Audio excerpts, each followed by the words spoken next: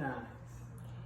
Hey guys, how's it going? So that video clip that you just watched was me actually with my friend in Vegas at his home. I mean, the mirrors, that whole mirror wall is like ridiculous, like home goals. And then also having the aerial rigging in your living room is also home goals. I mean, their place is so cool. I love it, and it's so fun to be able to go when I'm in Vegas, to go there and train or practice. But the video you just saw was actually for a photo shoot that we did.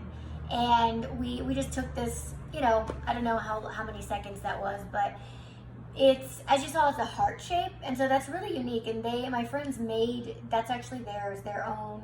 They sell it. I'll post everything in the link so that if you guys are interested, you can go check it out. It's Verse Concepts.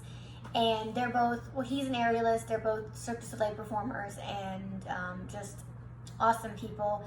And anyway, I don't know how many of you knew that I'm an aerialist, and like I've been doing that professionally. It's so weird because I forget that I have to say these things because some of you have just joined and started following in the last couple of weeks or a month or so, and I realized that maybe some of you don't know that I'm an aerialist or an acrobat, and you just maybe saw my push-up video and thought somehow that I was just really good at push-ups, but actually I've been a professional aerialist and acrobat for over 13 years now. I traveled and toured with Britney Spears all over the world.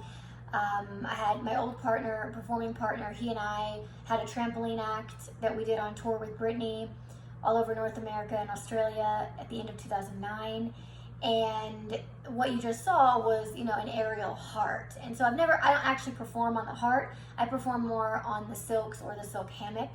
That's what I've been doing, like I said, for the past 13 plus years, which is really hard to believe.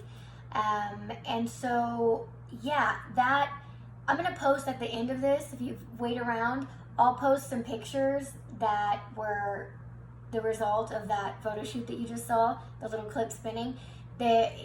Max, my friend, is also a really good photographer, and he got some really, really gorgeous shots from that, and that was just a really fun day. But yeah, I thought, first of all, I want to show the clip because it's awesome and the heart is super cool, but also I thought, man, I don't think a lot of people, or maybe a lot of you guys, don't know that I've been doing that. And so basically kind of what happened and how it started, I guess, is I grew up in Illinois, and when I was 19 I got an internship at Disney World, and that was like really big and exciting for me. I had never been to Disney and like didn't grow up around an ocean or anything, so Florida was far away and Disney was fun. And so I applied for an internship, got the internship, went there and extended my internship from 5 months to 8 months, and then ended up just not ever moving back, just staying in Florida, staying there, living there, working there.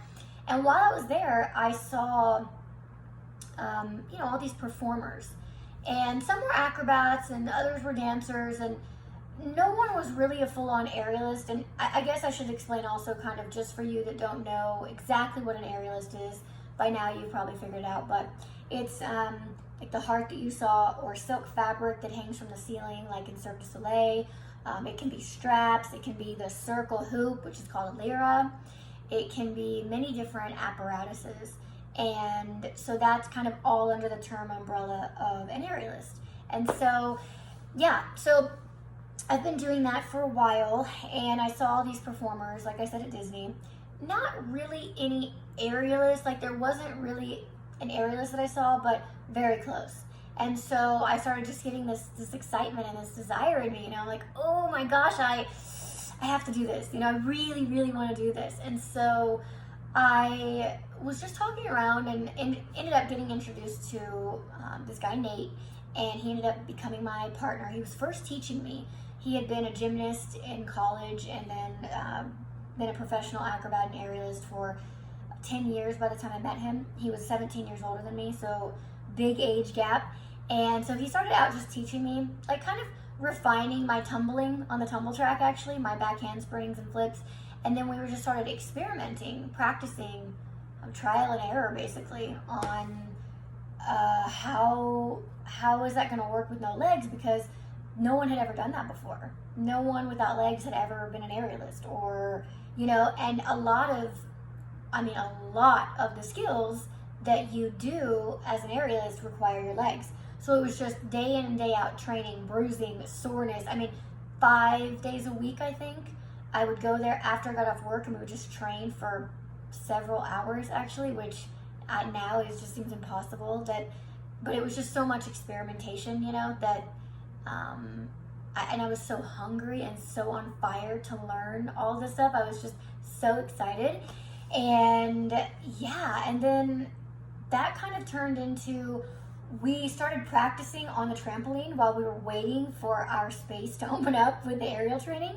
And we just realized there was so much stuff we could do together. Like, he was really strong and I was really light and really strong. So there was just so much stuff. And I already knew how to flip and do basic things on the trampoline. And then he was teaching me how to do more of the like stuff I had never done and partnering stuff. And so that evolved then into a partnership.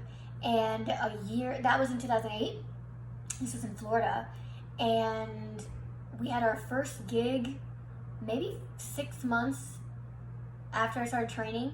And it was so funny because we only got the gig because the halftime show canceled last minute and they were desperate. And it was, my first audience was 5,000 people. And I was like, oh my gosh. And you know, before that, everybody was really afraid to hire somebody with no legs to perform as an acrobat or an aerialist, because they were so afraid how an audience would react, what people would think, and it had never been done, it had never been seen. I mean, people would see the videos and just like you guys, thinking that the push-up video is CGI, they would think that seeing this girl on the trampoline going 20 feet and flipping and twisting, that it was actually not real because it had never been seen before. And so there was all the no, closed door. And then eventually we got a gig because they were desperate. And so, and the crowd loved it, you know, and I knew they would. It was always in me. Like, I knew if certain people didn't get it, that's okay, you know. I mean, even my old partner's friends, his performing friends, sat him down and basically had like an intervention with him because they said he was throwing away his career, ruining his career by being partners with me. You know, that's pretty crazy. They couldn't get it, they didn't see it, and that's fine. I mean, it was kind of like, wow, when I heard it, I couldn't believe it, you know, and it was really a hit in the face.